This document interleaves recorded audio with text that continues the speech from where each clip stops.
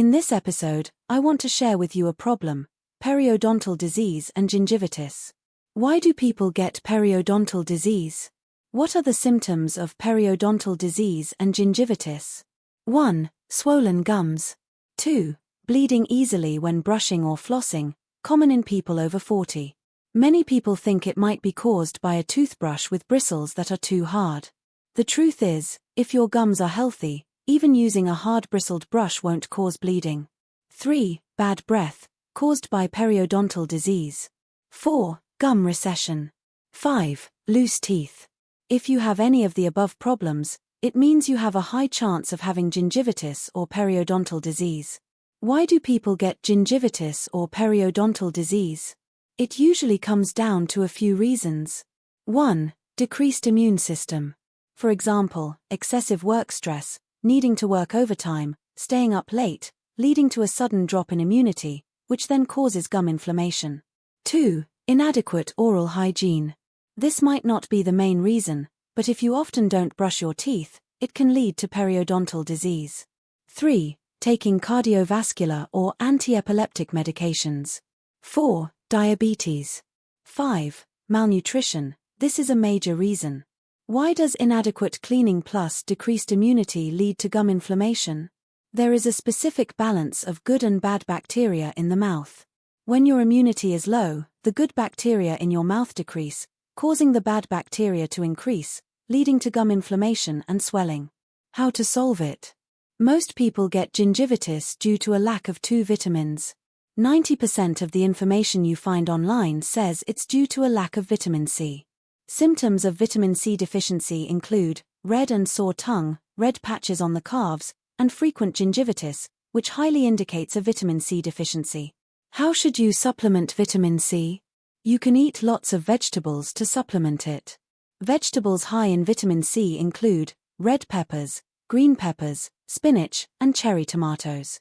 If you want to supplement vitamin C naturally, eat lots of vegetables. Each person should consume 4,700 milligrams of potassium daily. Where does potassium come from? It must be supplemented through vegetables. So, you must eat lots of vegetables daily to get enough vitamin C and potassium. One red green pepper has more vitamin C than an orange. Supplementing vitamin C through vegetables is more efficient than through fruits. If you still don't get enough or have poor absorption, consider vitamin C supplements. Otherwise, absorbing it through vegetables is best. Once you supplement enough vitamin C, gingivitis usually improves quickly.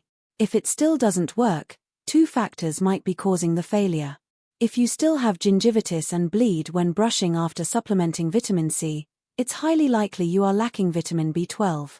There is a lot of information online telling you to supplement vitamin C, but the failure rate is not low because some people are not lacking vitamin C but vitamin B12.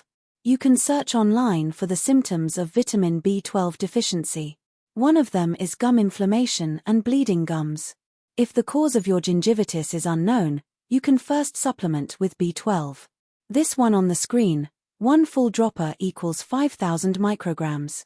Take 5,000 micrograms under the tongue once a day. Don't worry, B12 won't be overconsumed. If it exceeds the body's absorption level, the excess will be excreted in urine. It's best to take it during the day. Taking it at night might cause insomnia. In summary, take B12 daily plus eat lots of vegetables. If it still doesn't work, then take vitamin C supplements plus B12. What other methods can quickly stop the bleeding? Supplementing vitamin C and B12 usually stops bleeding when brushing within 2 to 3 weeks. How to maintain long-term healthy gums that don't bleed? Answer: homemade toothpaste. Most commercial toothpastes contain lots of chemicals, foaming agents, and fluoride. Fluoride is harmful to the human body. I've mentioned this long ago. Fluoride can cause cancer, and many people are still debating whether small amounts of fluoride are harmful. No problem, if you think it's fine, you can continue using it. Personally, I think fluoride is problematic. You can find a lot of arguments online. No need to argue. Just search online for the harms of fluoride.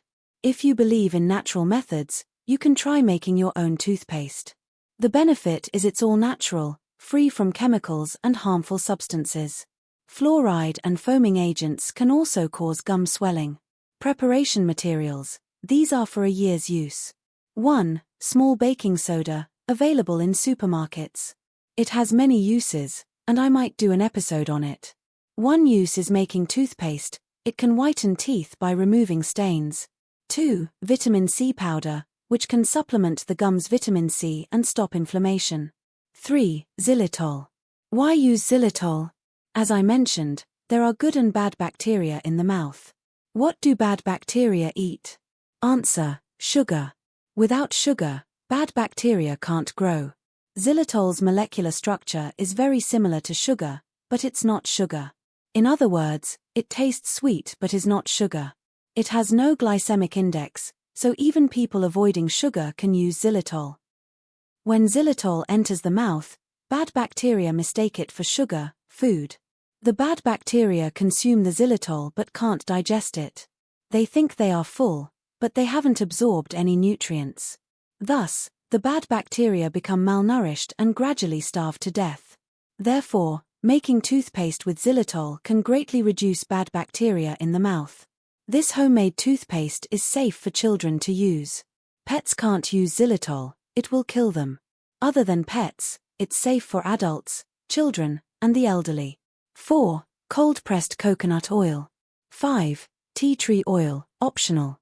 Tea tree oil can quickly stop oral inflammation. Those with severe conditions can use it, but it can be omitted if the condition is not severe. Method: 1/4 teaspoon baking soda, 1/4 teaspoon vitamin C powder, 1/4 teaspoon xylitol, 1/2 teaspoon coconut oil, 1 drop tea tree oil. Mix all the ingredients together to make toothpaste, which can be used immediately for brushing. Please note, make the toothpaste and use it immediately. Make only as much as you need each time because it will oxidize. Oxidized toothpaste is ineffective. Using this toothpaste plus B12 plus lots of vegetables, usually within 2 to 3 weeks, your gums will stop bleeding and return to health. That's it for this episode. Feel free to leave any questions in the comments. See you next time, bye.